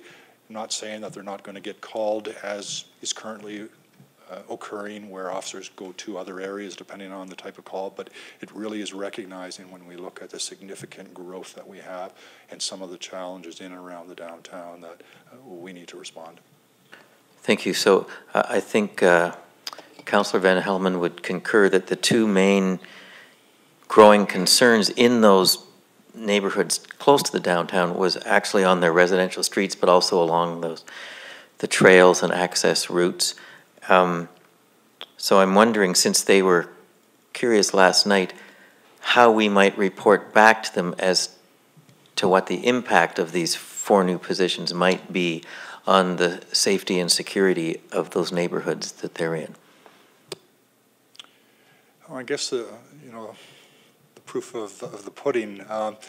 Certainly it is our commitment, and I've talked to the leadership, that this is important. That this, and Marty's been advocating for some time on this, and I've had many discussions as we look at the downtown, that we know with the residential, whether it's a Tricar, whether it's the metalworks, that we have a changing downtown, and that blend of the services that are provided in our community, as well as increased residences. So certainly it is our commitment that there will be additional patrols in and around the downtown in various forms, whether it be in a cruiser, bikes, and on patrol. Thank you. And my last question, again, so that we can report back based on the questions last night, based on what you've said about the increased activity with bike thefts, break-ins, threats in those neighborhoods, is there anything else that we may have missed that's reflected in your budget on attention to those issues that aren't directly related to those 4 FTEs? As far as the budget, I wouldn't say so, but as far as the messaging around partnerships, and so we're currently working with some of the representatives of agencies downtown to look at how do we respond to some of the challenges, and instead of it just being a police response, that we look from a community agency point of view and community leaders, how can we deal with, I think, what we're experiencing as far as some of the behaviors in our downtown, and I think many of them related to addictions and to mental health, and many of the property crime issues, certainly it would appear, are related to drugs and to the drug culture. And I think our commitment is we can't solely deal with it from a policing point of view, but to look at opportunities, to look at other agencies to say, how do we better support, how do we deal with these specific individuals that are struggling, and how do we support them as well, so that our communities and struggling, that we're not being impacted and being relied on to solely to deal with the issue. Thank you for that. And thank you, Councillor Gordon. Councillor Salisbury. Thank you, Mr. Mayor. Through you, thank you very much for the presentation. I had actually a couple of days ago a rather difficult conversation with a constituent about policing in the downtown. So I wanted to ask you about some of the proactive policing trends, analysis, identified hotspots. Just to start off with a bit of an overview with regards to sort of some of the proactive policing initiatives and that we've been having in the downtown. Absolutely, through you, Mayor Guthrie. Certainly, it was made abundantly clear to me, not only through my own observations, but through feedback that I had from city staff and from citizens about some of the challenges, especially that we saw this spring and summer. And so we made a concerted effort through Sergeant Hasham and his community mobilization unit and a HEAT team to get them out on bikes. Constable Jim Gordon, as well, our community response officers, is to really enhance the visibility, and I certainly had a lot of positive feedback on that as far as the presence of officers. We do have a dedicated liaison officer downtown, certainly, that his role is to get out to various stores, agencies, and to be in about the downtown, both as a deterrent, but also to respond and look for opportunities to sort of quarterback for other officers. But I know an awful lot is done by our members that sometimes doesn't get the attention as far as individuals that are causing difficulty in our downtown. And when I look at compliance enforcement on those with conditions, and you know, I hear it this morning as I'm coming into work early, dealing with individuals and ensuring that we're checking on individuals and that we're doing our part to investigate. I think of our digital video systems where we're regularly identifying persons in and around the downtown for property crime. So working with our partners to ensure that the video systems are in place, that we get the information in a timely way, that we're acting on that. But certainly we are also involved in a number of initiatives downtown, and whether it's through the drug strategy and our commitment there, the meetings that I've had with Marty and city staff around the downtown, and future meetings that I know are planned around responding to a changing downtown. And again, I think it's a shared responsibility beyond that of the police. And again, I recognize the role that we play, but I think there is a shared responsibility and an opportunity, which I think our new Police Services Act, the Safer Ontario Act, it really is speaking for collaboration. And we speak quite proudly in Guelph of the collaborations we do have, but I think there's opportunities for greater partnerships to ensure that we are working together to have a safe community and ensure community well-being. Through you, Mr. Mayor, maybe this question will actually touch on this idea of shared responsibility, because the way the question was posed to me is that I was asked that with a police budget of nearly 1/5, or about 17%, they were a little high, but at such a significant police budget, the city is looking into private security at downtown facilities, and they asked me, they said, does this speak to a failure of our police services to adequately police the downtown? And I thought I didn't know how to answer that, so I thought I'd ask if perhaps you could. Through you, Mayor Guthrie, it's a fair question.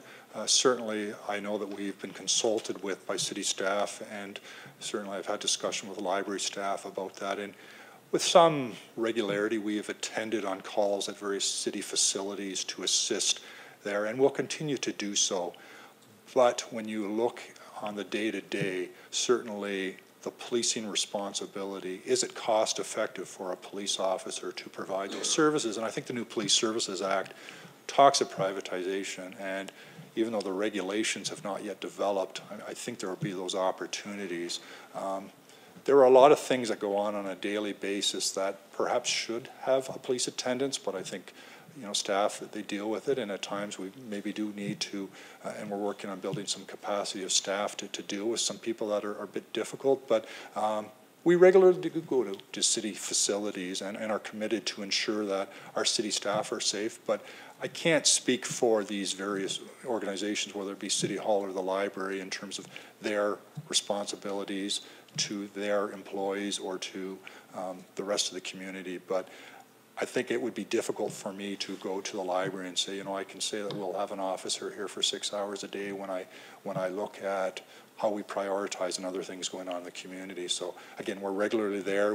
At the library, we've been, our tactile team have done some work about some, you know, security, crime prevention through environmental design, done some work in that way, and we have a good partnership, but I also recognize the challenges are beyond which we can reasonably do, and the cost effectiveness, respectfully, there's probably other ways to deliver those services. No. And also the deterrent value that goes with the security guard. No, I appreciate that. One final question with regards to that, through Mr. Mayor. In the event that city facilities, be it parkades, City Hall, transit station, library, whatever the case may be, park, if we have certain city facilities that are identified by police services as a hot spot, as an area of concern, the fact that it is a city facility would not impede our police services from addressing that concern strategically. In other words, if it's a private home or private building, there's an issue, but the fact that these are city buildings gives us the ability to deploy our police officers without constraint. Is that clear? Through you, Mayor Guthrie, absolutely. And part of it, when we had our deployment in the downtown, we looked at various locations where we believed issues were occurring, some including city locations. And at times where we have the authority to act on behalf of the property owner under the Trespass to Property Act, but certainly no, if there's an issue, whether it's private property or on city-owned facilities, we'll certainly work with the various partners in terms of strategies, including our response and increased patrols. Thank you very much. And last is Councillor Gibson. Yes, thank you, through you, Mr. Mayor. So I will admit most of my questions have been answered, so thanks to my council colleagues. My one comment is this, and it's going to touch on some of the Councillor Salisbury's questions, is that quite often it's perception and reality, and I think your data suggests that in reality we have a safe community, and that's a good thing. But in perception, you know, it's becoming a growing perception, and I hear it, and I know a lot of other councillors hear it, that downtown they don't feel as safe as they once did. Reality is that they are, but the perception is that they don't feel that anymore. And so the proactive policing that I'm hearing from you, and I've spoken to you about this before, and others, that's really going to be a welcome part of our downtown, that if someone has an experience in the downtown that makes them feel uncomfortable, within a few minutes or within a few steps, they may see the presence of the police and give them comfort that the situation is in control. So I just wanted to make that comment. It's not necessarily a question, but the proactive policing is an important one, and I think I'd echo some of the questions that have already been asked, so thanks. Actually, I do have one more, Councillor Downer. Thank you. Through you, Mr. Mayor, to the Chief. I just touching on the homecoming, which is near and dear to the hearts of Ward 5 residents lately, is the overtime costs of $20,000. But I want to confirm with you that even with the overtime cost of $20,000, that really wasn't enough for that weekend, that due to the circumstances, and I think you even had a press release around it, that because you needed 36 officers at Chancellor's Way, and because there was a couple of major events that day, it left the neighborhood somewhat vulnerable and without the police presence that they would normally have. So have you quantified that cost of what it would actually have cost to fully police that day? Through you, Mayor Guthrie, I don't have that figure. Certainly, I think you're right in our assessment. Just the quantity, the number of people in our community on that day seemed to surpass anything we've seen before, and obviously responding to Chancellor's Way. Had it not been for Chancellor's Way, I know our plan would have worked well, but moving forward as we start to develop our plan for St. Patrick's Day, we'll look at the staffing and then have a better idea of what we will need to properly and ensure that we don't have the issues that we experienced on homecoming. Okay, thank you. Great, and Chief, just for myself, just before we wrap this up, I did send you an email about this maybe a couple of weeks ago.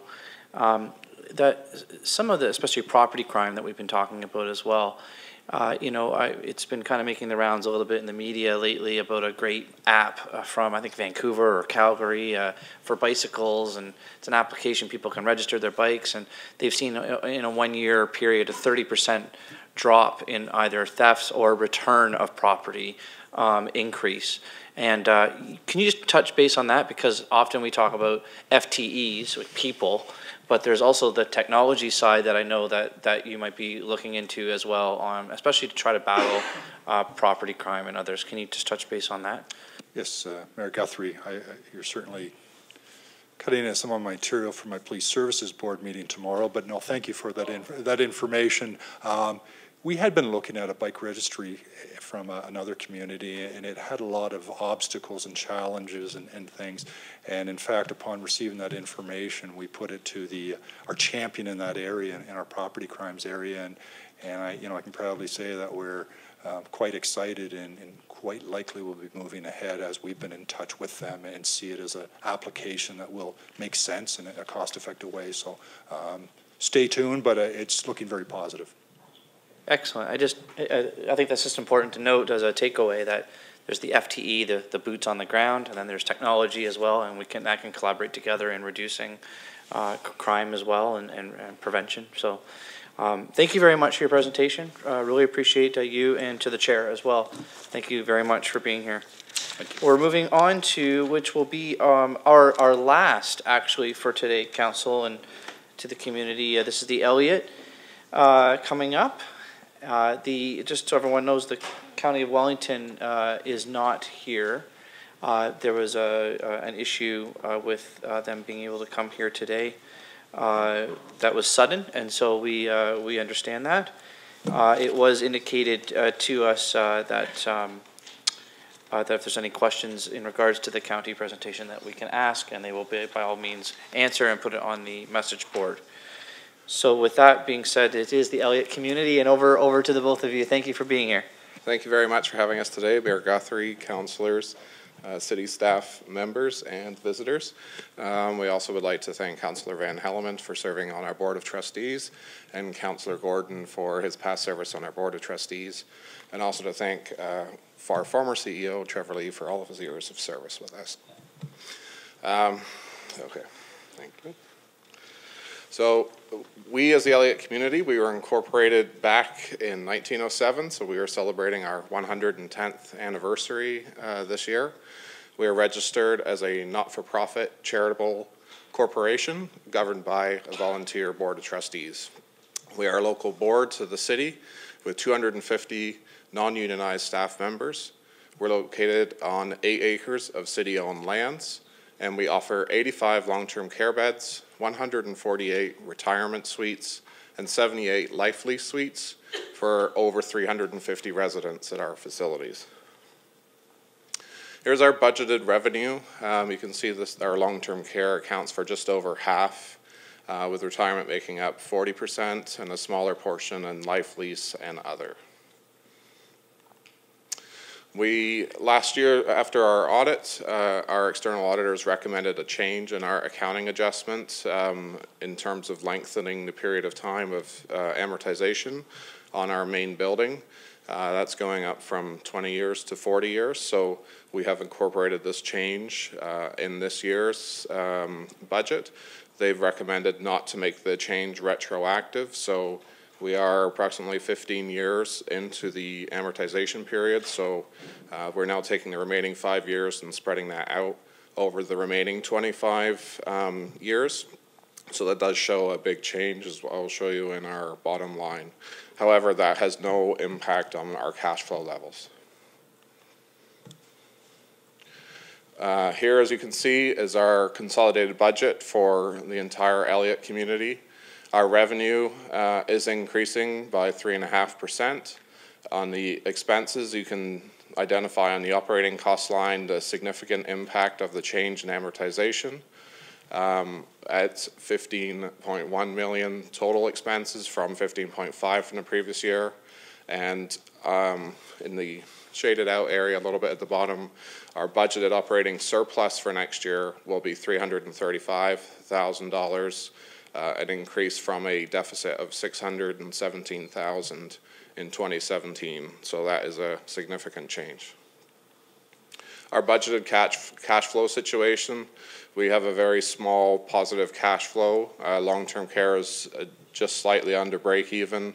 We have retirement and our life lease facilities at 40,000 or just slightly under, and our other operations, which is mainly our hair salon, our tuck shop, and our cafe, generating negative. So in cumulative, it's just a very small surplus in cash. We were designated as Guelph's long-term care home in 2015, so thank you very much for that, and we feel we've built a very good partnership with all of you. As I mentioned before, we're 85 long-term care beds. We're asking for an increase of 2%, $25,548 in 2018. That would bring our total levy to $1,302,996. We also are not asking for any increase in our annual City of Guelph capital reserve funding, which amounts to $212,000 to be spent on long-term care improvements. Looking just at the long-term care revenue, our sources, we receive 55% from the Ministry of Health and Long-Term Care. The City of Guelph accounts for 16% of that. Our resident accommodation is 27% of that, and with very small 1% other. On the other side, we have the expenses. Our salaries and benefits amount to 71.1%. Our other significant expenses are supplies at 7%, facility costs at 5%, our amortization at 5%, interest at 5%, and a number of smaller other items. Looking just at the long-term care budget itself, we have a total revenue of 8%, up 3.7% from 7.7 million this year. Our actual increases from the province was more than we expected in 2017, but we have built in the increases for 2018 to be similar to the percentage increases that we've received in 2017 and previous years. On the expense side, we have $7.5 million as total expenses, which is a decrease of $7.9 million, again, mainly relating to the change in the amortization period on our main building, which results in a surplus of $460,000 for 2018, which is an improvement of $652,000 over our deficit of $191,000 in 2017. Our long-term care capital reserve fund, as mentioned before, it's $212,000. We fully utilized that this year, and we're planning to do so again next year. We have a number of repairs planned for around the buildings, as well as smaller items such as new washing machines for our residents and general upkeep of the building. So we currently expect that to be the same. Any funds that are unused, we hold for future years, but right now we're fully expecting to have that fully spent. Oops. And if there are any questions, please feel free to ask. Yes, of course, Councillor Alt. Thank you. Thank you very much for the presentation. Through you, Mr. Mayor, to the Elliott. The reduction in expenses as a consequence of changing the amortization period, that's a one-year shot, is it, I presume, just looking at it? It will change, oh, sorry, through you, Mr. Mayor, to you, Councillor. It's an ongoing change for future years. What's happened is the decrease will change, like the amortization will change. So as it stood right now, 5 years from now, when the building would have been fully depreciated, we would have seen that impact then. But what we've done is move it forward to actually take place this year, which lowers it, the overall expense this year, so it will kind of carry on moving forward. So we are expecting to see surpluses for the foreseeable future to offset our deficits that we've had in previous years as a result of the amortization. Thank you. And Councillor Salisbury. Through you. This may or may not be a question you can answer, but it was curious. This is a fantastic status quo budget.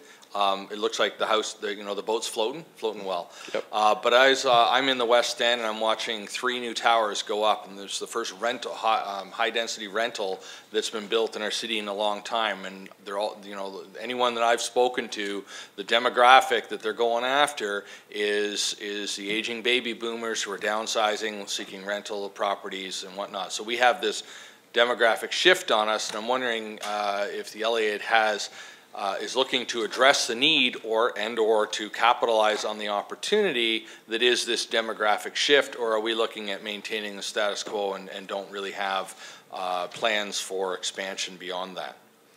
Through you, Mr. Mayor, to you, Councillor, it's something that's, I think, being discussed overall at a level internally.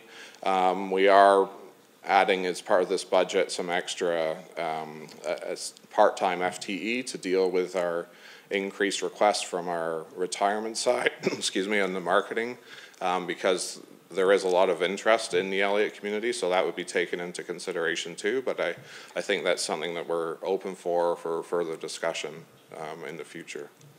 Okay, thank you very much. Sherry, would you like to also comment on that? Mr. Mayor. Based on our current occupancy rates, which we are, primarily full, and we also have, quite a long, extensive wait list, within our organization. So we are certainly very open to, looking at other opportunities, partnering with the city, the LIN, to see, how we can further meet the needs of the city for sure. And thank you to you both. Appreciate the presentation. Thank you very much. So council, it's back to us. Is there any questions of clarity or impact to staff in regards to the outside boards or shared? Okay, Councillor Billings. Or recommendation. So, or recommendation that's in front of us. The first one, to refer, that's fine, but clause 2. Tara, I was just wondering if you could just help me out a little bit for clarification. Like, I was even looking at the one thing in the package from the county. So it talks about, that exemption portion and why they want the reserve. And so I was just wondering if you could just help me understand that a little bit better with respect to clause 2. Sure. So I think I would just first draw council to the staff report, and maybe you can, if you haven't yet read the part about the exemption, I think it provides some clarity as well in the staff report. But essentially this year, due to changes in legislation, the county went through a process to exempt social housing properties that they own from property tax. And through that process, it's somewhat complicated, but ended in a $130,000 savings to the city. But part of that legislation put a stipulation on that savings that it needed to stay in social housing and be used towards the social housing capital costs. And so what staff are recommending is that in order to preserve that 130 and keep it in social housing, that we're putting that into a social housing contingency reserve that would then be used to offset potential negative variance, or in the future into the county social housing to fund that budget, and therefore keeping within the legislation and accounting for the savings. Thank you, Tara. Great. So seeing nothing further, would you mind moving both recommendations? Okay. Councillor Hoffman is seconding both. This is just to move it to December 5th, everybody, and so with that, I will call the vote. Vote's active, everybody.